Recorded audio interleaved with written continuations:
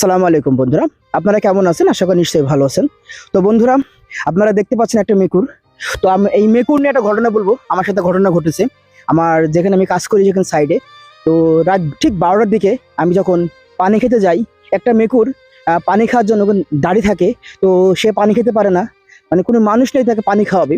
তো আমি আমার হাতে করে পানি খাওয়ালাম। তো আসলে আমি জানিনি কি অবস্থা, এটা আসলে কি মানুষ, আসলে কি মেকুর না অন্য কিছু। তো স্ক্রিনের উপর আপনারা দেখতে পাচ্ছেন ভিডিওটা। তো এই সে ভিডিও। তো আমি হাতে করে পানি খেয়েছি। আসলে ভাই দেখেন, আল্লাহ পাক কাকে কখন কি হারে কি মানে আপনাকে সুযোগ দেবে আপনি নিজেও বুঝতে পারবেন না। আসলে এই গুনাহগার বান্দা, একজন গুনাহগার বান্দাকে আল্লাহ পাক একটা বড় মহৎ কাজ করেছে।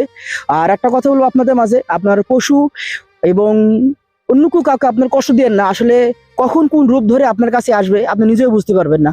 এই জন্য চেষ্টা করবেন যতটুকু পারেন মানুষ উপকার করার, ক্ষতি করবেন না। ধন্যবাদ সবাইকে।